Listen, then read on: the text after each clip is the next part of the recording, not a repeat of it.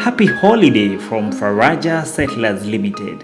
Christmas festivity comes with joy and good tidings, and that is why, as we come to the end of the year, we are giving out a discount in Gilgil Phase 8 of the Ranch Gilgil Gardens in Nakuru County. Remember, only few plots are remaining. From 240,000 Kenya shillings, we are giving you a discount of 10,000 Kenya shillings, meaning you will get a 50 by 100 with as low as 230,000 Kenya shilling for cash buyers.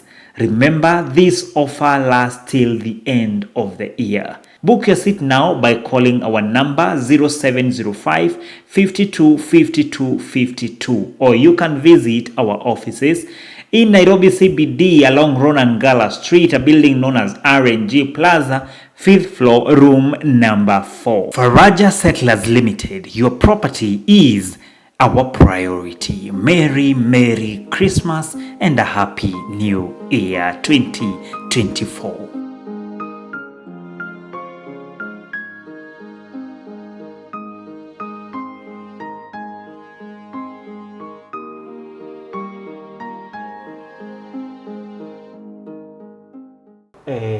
They brought now 3 boys and 3 girls. 3 boys and 3 girls. And you could tell they were like 3 to 4 years. 3 to 4, and I told you I have 2 boys. My first boy was around that age, and I could see this is like my son here. What am I doing? After all, what? Money is not everything. You will leave this world. You will not live in this world forever. There is heaven. So it got to me like. So there were 6 in total. 3 boys, 3 girls. And you are saying 1 girl was not dead. They were drugged. They were drugged to die. Not like to lose anything, their sense of what to a common law. They were drugged to die. And one of the girls was not dead. So what did you do? I couldn't save her. I was tempted to save her, but the sister was calling me, asking me if I'm ready so they can come in. But when I left the room, I felt guilt leaving her there helplessly. So I did nothing. Until today, I still have the image of her lying there in my head. So when you left that room, you are telling us that you left her alive. Yes. So did now, these your boss, did he realize that the baby was alive? Of course, they knew. They came with her, and when I left, she was breathing, she was moving her legs, so they slept with her, knowing that she's alive. They knew, because they came with her all the way. So you cannot tell me they didn't know. They knew. Mm-hmm. So after they did what they did, sleeping with those baby, they were 6. Did you come back to check on the same baby that was, that you saw that she was alive? Yeah, I came back as always, because when they are done, we go there and move the babies to the car. So when I came back, I came straight to the girl, and I saw she's dead, and she was bleeding in her private parts. So she was dead, and I've never forgiven myself for not helping her. Yeah. So were the other people bleeding? The boys were bleeding. I can remember 2 boys were bleeding. Not all of them, but like 4 of them were bleeding because they are kids. So they were forcing themselves. Into such evil acts. So what happened after that? So after the incident, I told my boss, because that was the last ritual. I told my boss I want to quit, and he told me, "You are leaving the mortuary as agreed, but you cannot quit the work. You know too much. I will give you another position after the elections. So I need to won't be in the mortuary. So just go take a break, and we will come back after the elections." But I told him I don't want to work for him again. And he told me that is not possible. But I forced myself and decided I will quit, no matter what you promise me, because he had told me after the ritual, the 3 rituals, we will make a lot of money. I will be a big man. But after the incident of that child, money was not everything to me. And when I quitted the job, that's where my downfall began. Before we get there, when the election happened in August, Yeah. did he get the seat? Of course, he won. He won. That was the importance of the ritual for him to win. Because without the ritual, you cannot win. You can't. So he won the elections, and he tried to get back to me, but I couldn't go to work for him again. So you refused to go back? I refused to go back.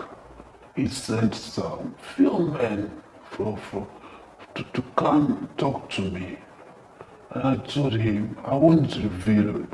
I think he was scared of me revealing the secrets. And I told him I won't reveal your secrets. They are safe with me.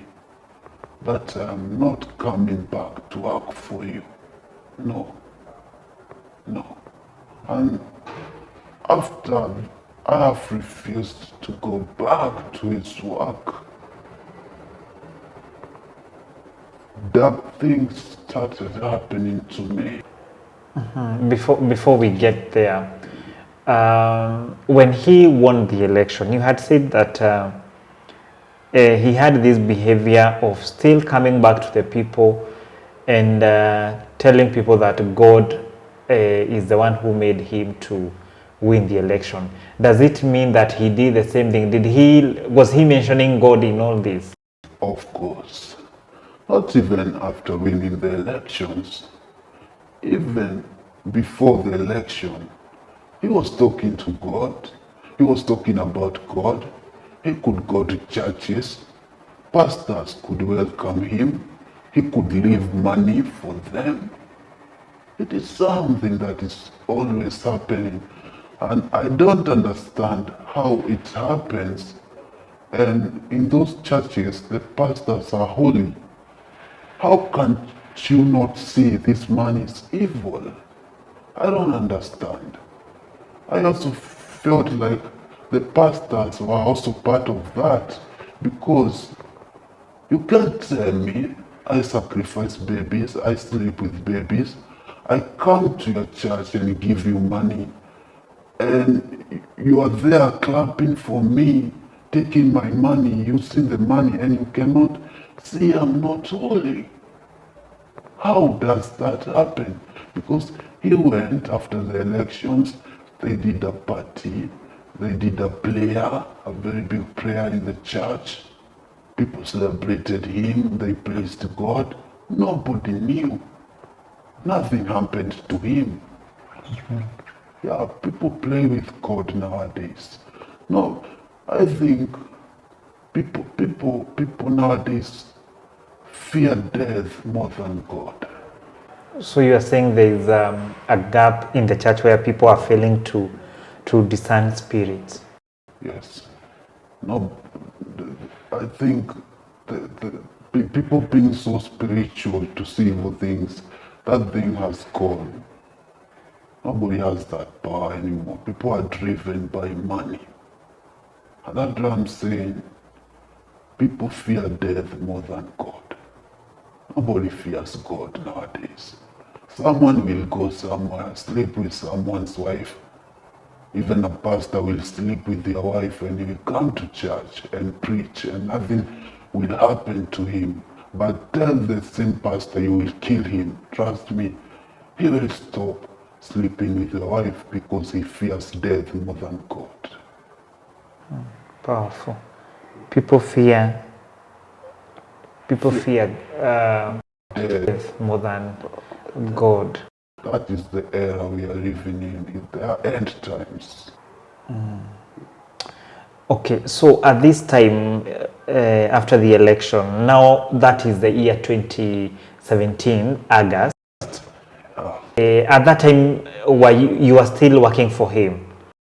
I was still working for him. I quitted the end of 2017.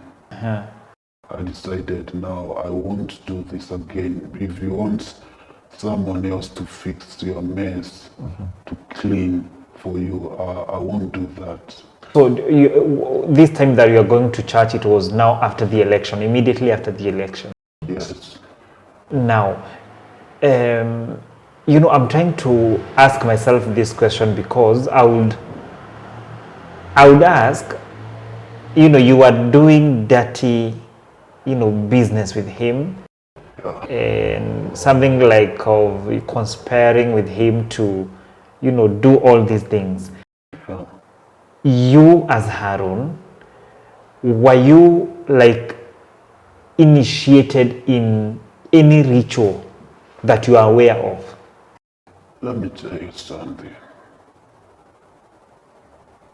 Nowadays, when someone comes to you with money, don't rush to squander the money with them, to spend the money with them. The first question you should ask yourself, how did they make that money? People rush. I will leave this show. After 2 months, we meet again. I'm very rich. I'm driving a car. But once I tell you, here have this, you will take the money, very happy, not questioning where did I get the money from. And that's how people get initiated into some things you don't understand. To answer your question, when he gifted me the car, the money, we used to go to vacations, I was initiated through the money, the blood money. Because once someone is in a ritual, is a ritualist, once someone is a cultist, if you spend their money, trust me, you are being initiated. And you're talking of, I give you like cash money. Yes, I will initiate you because you have spent the money and you don't know where the money comes from. And that's how people get sacrificed without knowing. Let me give you a quick example that you will understand.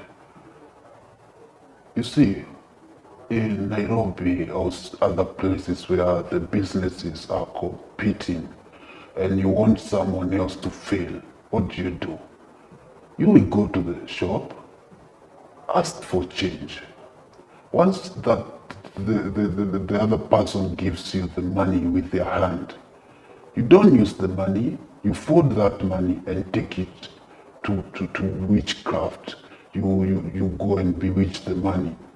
That because that person touched the money, that is what you wanted, a piece of their money. And just going, you bewitch that money and bring it back to them. You give them the money, their businesses will collapse. That is how witchcraft is done. And that's how I tell people, avoid people giving you money like hand to hand. So this is what now this your boss did. That is what people do. A lot of people do that. He used money to initiate you. Yeah, because the money comes from rituals. How do you expect me to spend that money? Not because I was not prayerful. I couldn't see the money is dirty. I was overwhelmed with like my boss is giving me money. Imagine someone coming to you and giving you 100K for nothing. Just like that. Go and spend this with your family. Enjoy your weekend, 50,000. Will you question the money? And that is not salaries. Just a tip. I've enjoyed your work. Take this. Go buy your family something. Go buy your son something, 50,000. Will you take the money and start praying? Oh God, God, please. You won't do that. You spend the money without thinking. And that time is initiating you so that you can be partners, because that is what he wants. You have to be part of the game to play the game. He was brainwashing you. Yes. He was brainwashing me and buying my soul. So that you can be able to do his bidding. Yes, because you cannot play the game when you're not in the game. That is how it works. Blindly, like you don't know what is happening. You just take the money, and that's how you get initiated into things you don't want to be part of. Yeah. Okay. So now that was, now we go to 2018, after you left the mortuary and of course resigned. Yeah. How did he take it after you resigned? That is the first question. Secondly, did you maybe one day thought of finding out, or did you ever know where or what was he doing with these bodies after they, you were packing them and they were leaving the mortuary? After I left the work, we were in good terms with the sister, and the sister used to travel with them. Sometimes I'm not there, the sister would go. Sometimes she doesn't want me to be involved, and he would tell me, let my sister come. So there were things that the sister knew and I didn't know. So I asked the sister, like, where do they go with their bodies? Because I know you know it. And because the sister was also frustrated in a way, she was also giving up. She told me the bodies will be moved with cars to Mombasa, and then they will fly there, and the body would be taken under the sea. That's where the ritual will be finished. The body will be taken under the sea. That's where the ritual will be finalized. So the body will be taken there by road transport, and then they flew, and the ritual will be completed under the sea. That's what the sister told me. Yeah. And this sister that we are talking about, she was blood sister with his boss? Yes, blood sister. And she was also okay doing it? She was okay. I think she, in my own understanding, I think she was brainwashed like me, because you can tell she's not that well. She was struggling with, she had a financial crisis. So when she got the opportunity, she jumped in. But I, I think when I left, I opened her eyes. She felt like something was not going okay. But I cannot tell if she still works for him, but I can also feel like she also left the job because I also, when I left there, I cut all the communication. I don't know anything that happens on the other side. So, after now you left, we go back to the question that I asked you. After now you left this job, how did he take it? He was not happy. As I told you, he sent some few guys to talk to me. He called me and convinced me to tell me this is what we have to do. You have a family, why are you quitting? Like, when you know you have a family. He tried to talk to me so many times because I was so good at it. He couldn't even manage without me, but after some time, he accepted and he never called again. And I just felt like, you know, when someone talks to you, they want you to solve something, and then they tell you it's okay. It's okay. It's okay. I won't call you again. You feel like they have something else they are doing behind the scenes to attack you, but you don't know what is happening. But you feel the okay was not okay. Something you just feel something is coming. That's how I felt. He was not okay with it. Yeah. Did he threaten you? No, he never threatened me. Because I kept promising him I won't reveal his secrets. But I felt he was working on something else that would shut me up. Yeah, he never threatened me straight to like, you could feel like he couldn't say the words, but you could feel something is coming. Yeah. Okay, so after you left, you are telling me that there are things that happened. What happened? After I left the work in 2018, around August, my wife had one of her nipples was so swollen and it was so painful, and we decided let's go to the hospital because you cannot take it lightly because it was going on swelling off. So when we went to the hospital, my wife was diagnosed with breast cancer. That was 2018 August, and we did some few surgeries, and sadly my wife died. She couldn't fight cancer. She died. Yeah, so sorry for that. When did she die? She died in was it June 2019? June. June 2019. Do you think maybe her death was connected to you leaving the place? I feel like that sometimes because I feel like my boss was the one who did that. I feel like the cancer was not normal. It was something spiritual.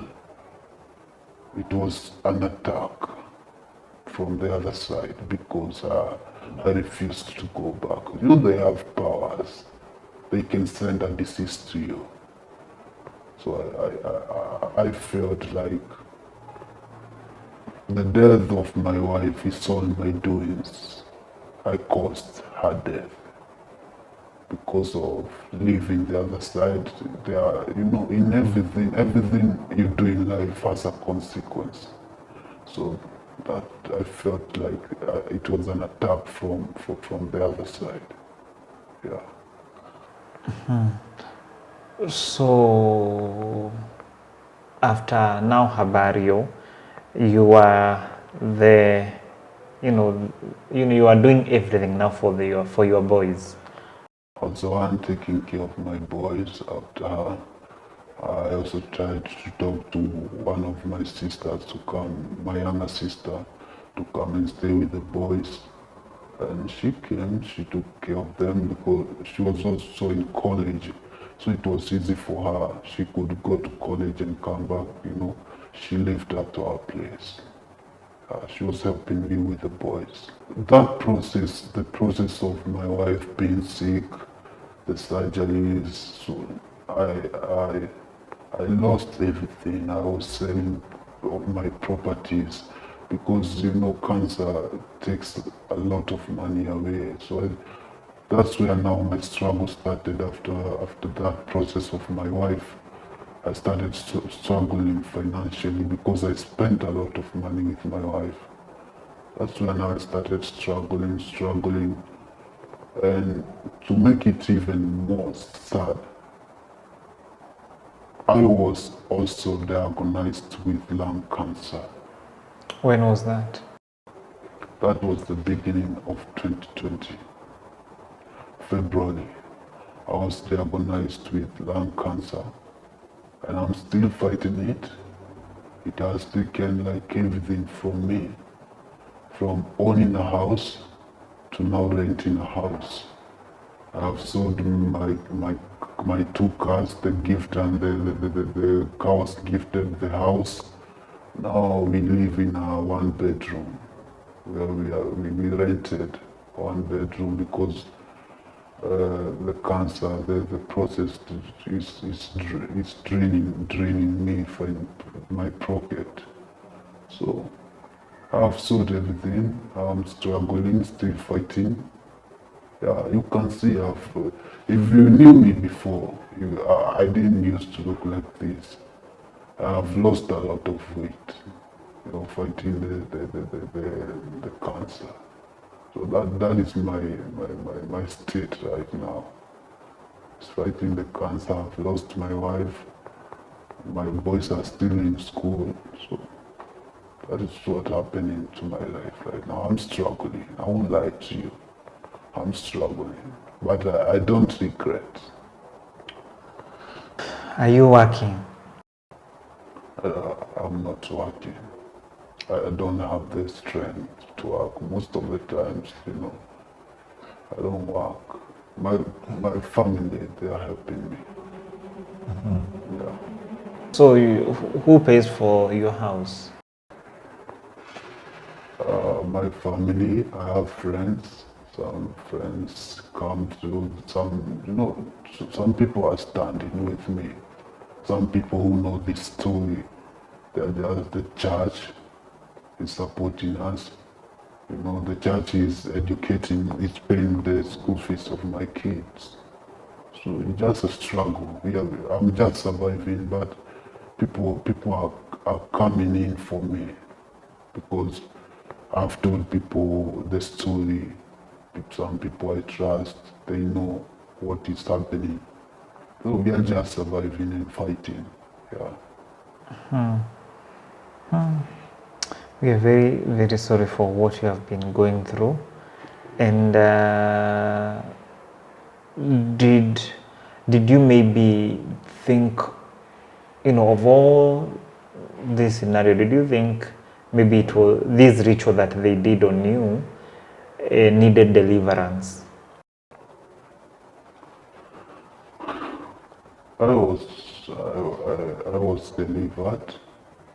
Some people came to me told me you need deliverance. I was delivered, but I think when did you do it, the deliverance? I did it after the death of my wife, because that's when I felt now this is evil.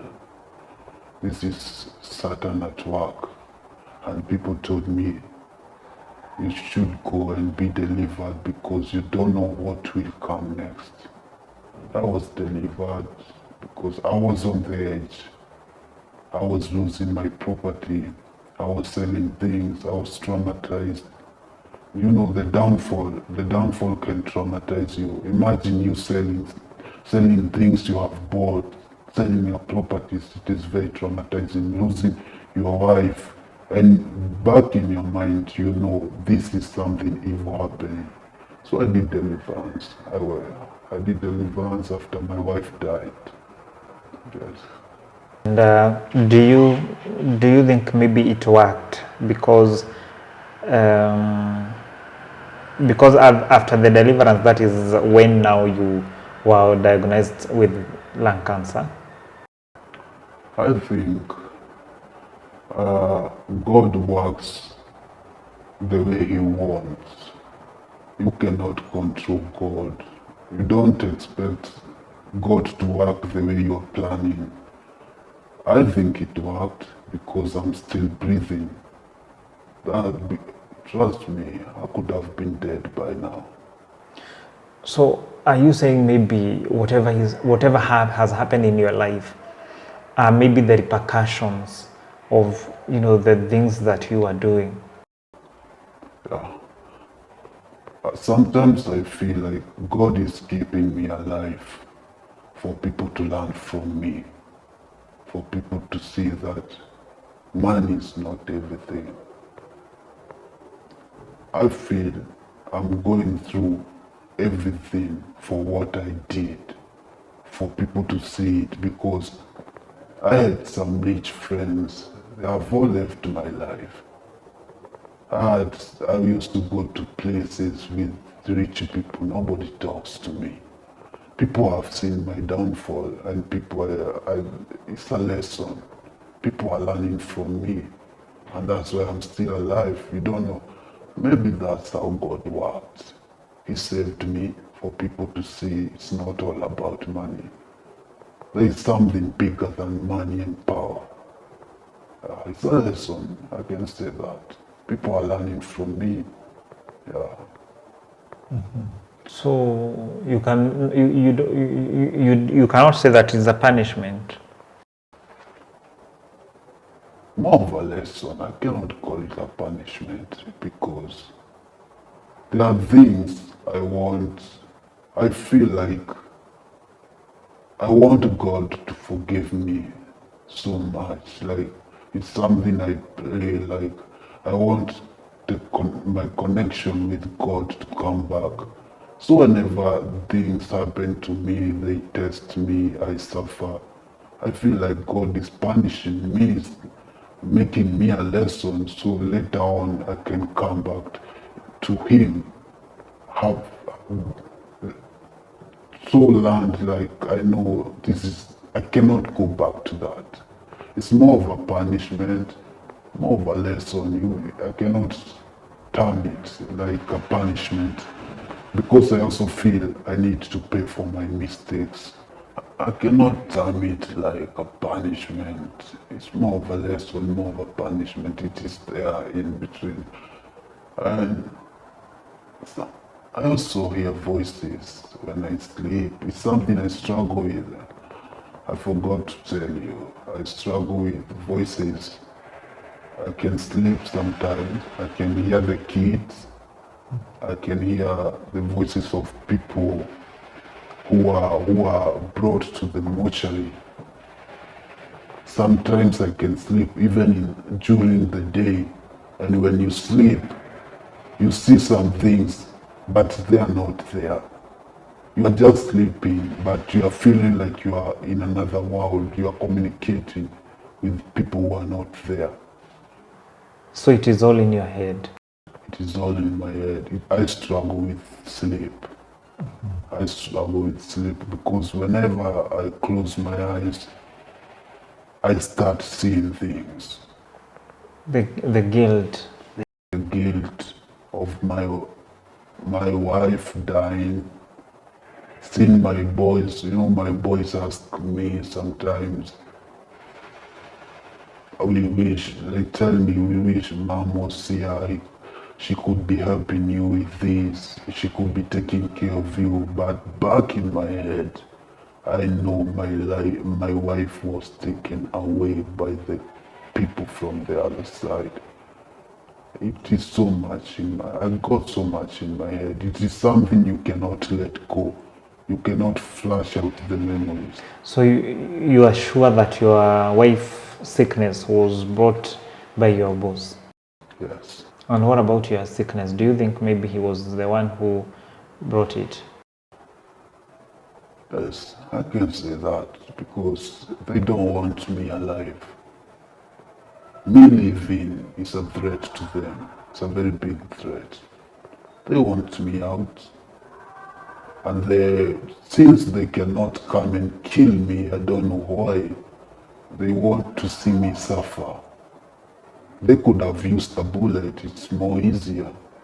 But they decided to make me suffer and see my wealth go off, like see myself become poor, see myself become nothing, see what they have done for my life. Because even I can remember when he was calling me, he told me,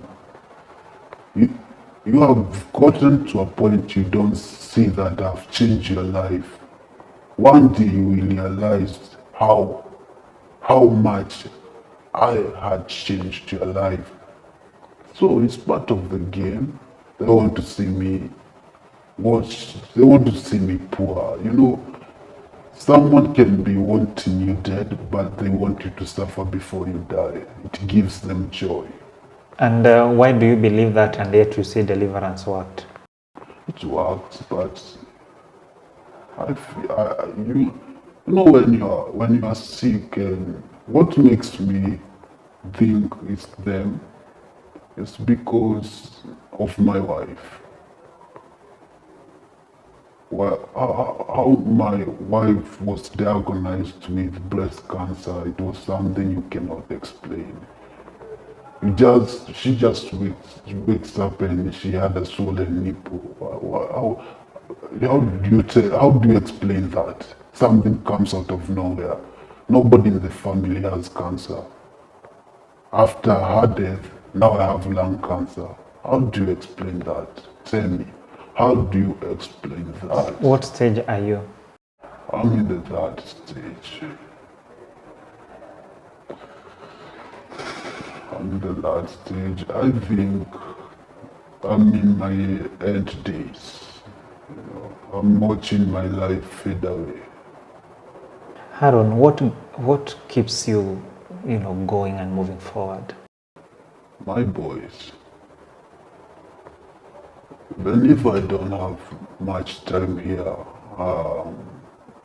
I enjoy when I see my boys, when I see I'm still alive, when you wake up and you can see, people take waking up every day, it's like something normal.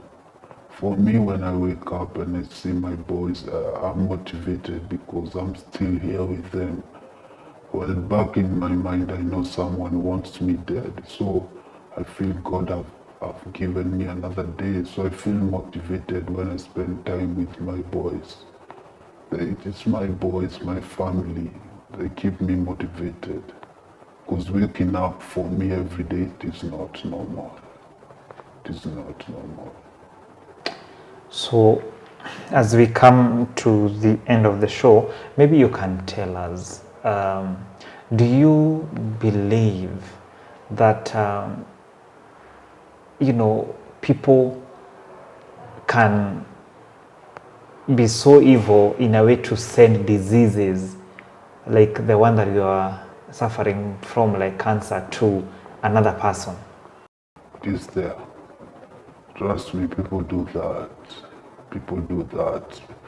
I've had situations like when I was telling people about my wife, how the breast cancer came. Someone was telling me there are people who even send others HIV. Someone can send you a disease. Someone can send you diabetes. And when you look even at the family history, nobody has suffered diabetes in your whole family. Someone will send you HIV. You have not slept with someone else and you just go to the hospital and you're told you have HIV. People send people others diseases. It's there. The world is so dark, but people think it is something normal. Let me tell you, the world is very, very dark. It is not what you see. Nobody sees through the night. The night is very evil. People will send you diseases. When you become a little successful, people want you out of the picture. There are people who feel challenged. There are people, like it is there. People send people diseases. I can tell you that it is there. It is there. Indeed, we are in the wicked days. Yes. God help us all, because it is very, very sad. And maybe you can tell us what kind of help would you want?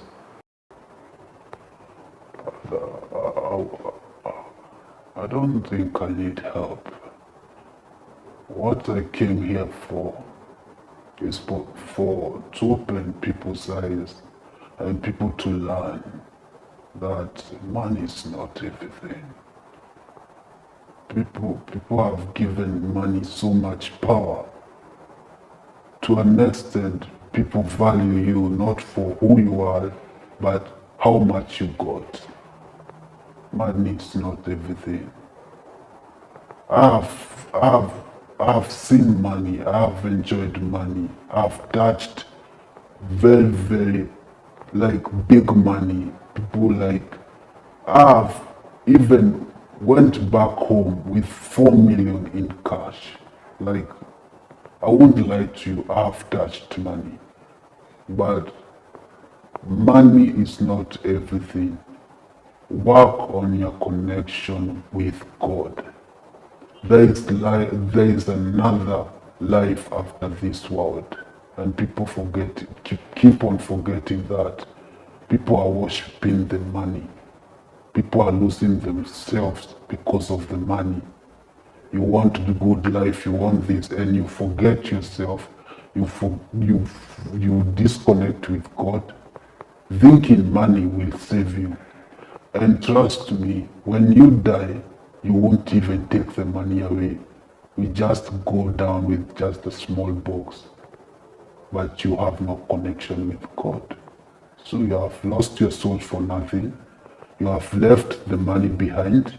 You just went down with a suit and a small box. What have you gained?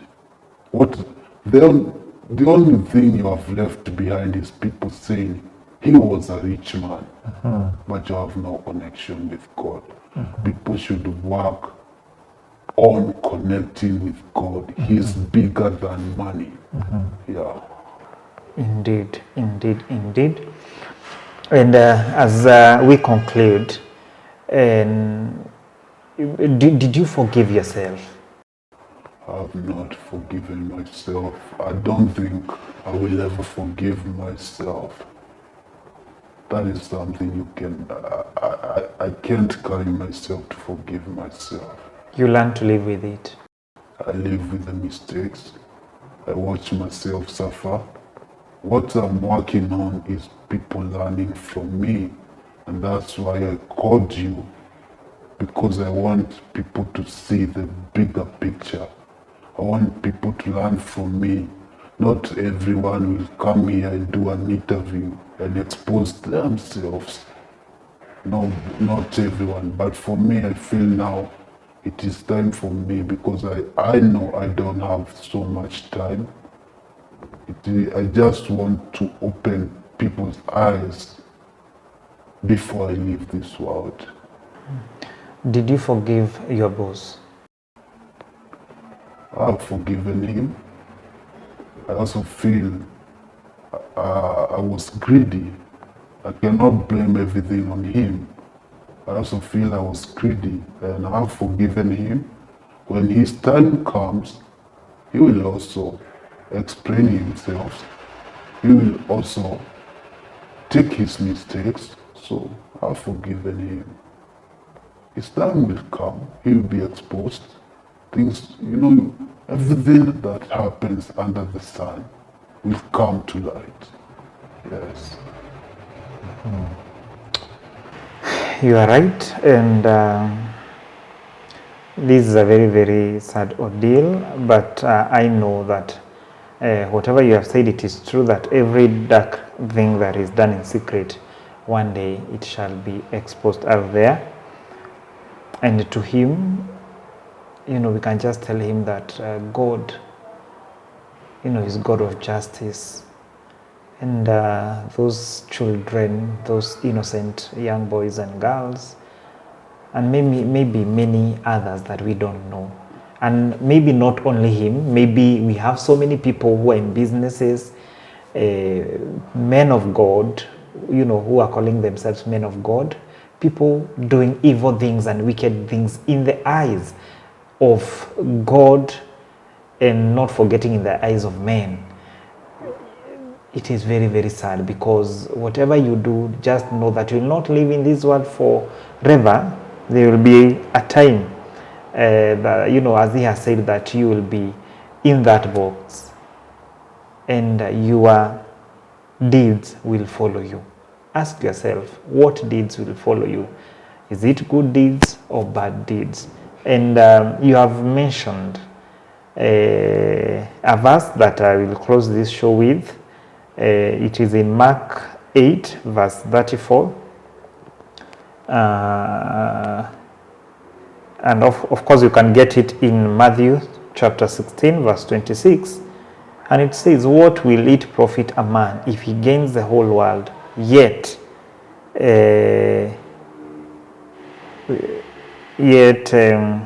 lose his own soul? Ask yourself that question. As Mr. Harun here, has asked himself. And that is why he has been able to find, time to come and talk to us so that we can be able to learn a thing or two.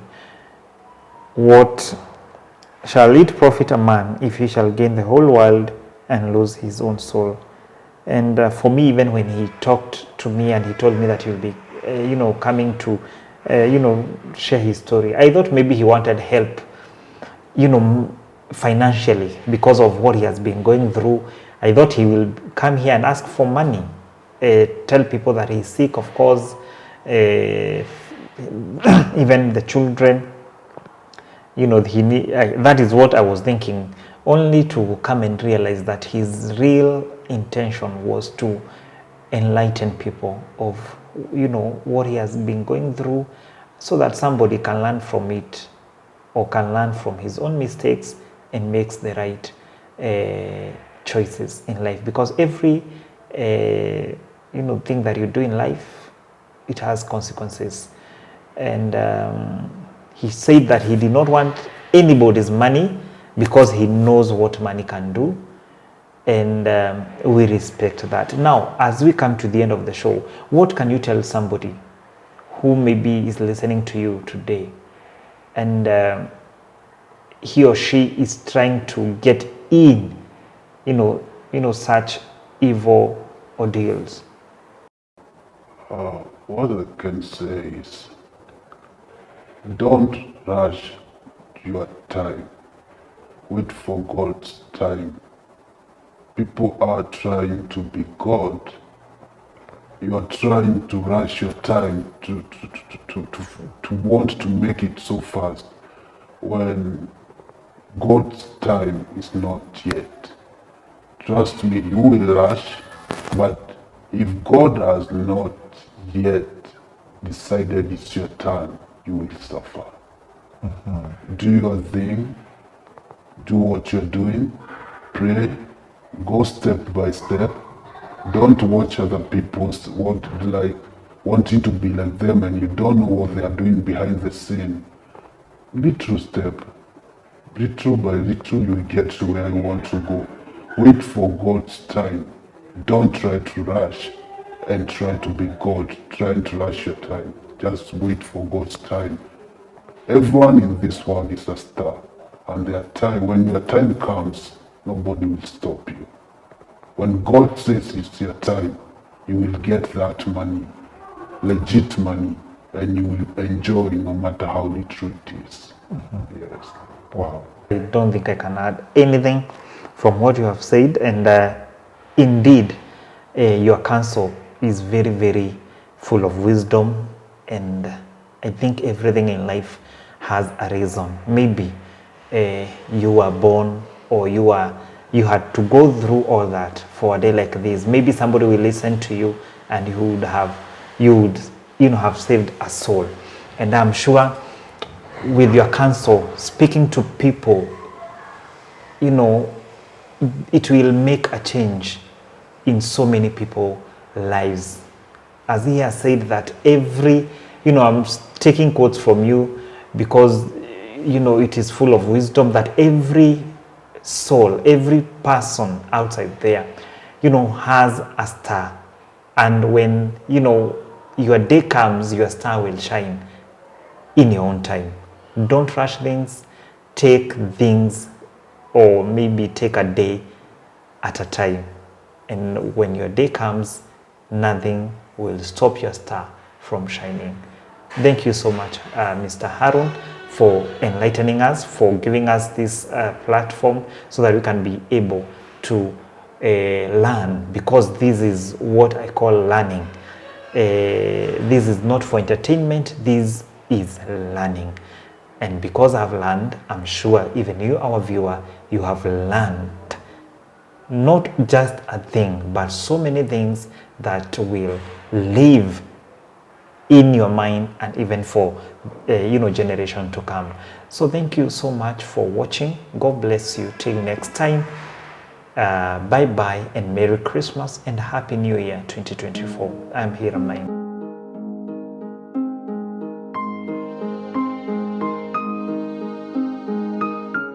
Happy holiday from Faraja Settlers Limited. Christmas festivity comes with joy and good tidings, and that is why, as we come to the end of the year, we are giving out a discount in Gilgil Phase 8 of the Ranch Gilgil Gardens in Nakuru County. Remember, only few plots are remaining. From 240,000 Kenya shillings, we are giving you a discount of 10,000 Kenya shillings, meaning you will get a 50 by 100 with as low as 230,000 Kenya shilling for cash buyers. Remember, this offer lasts till the end of the year. Book your seat now by calling our number 0705 52 52 52, or you can visit our offices in Nairobi CBD along Ronan Gala Street, a building known as RNG Plaza, 5th floor, room number 4. Faraja Settlers Limited, your property is our priority. Merry Christmas and a Happy New Year 2024.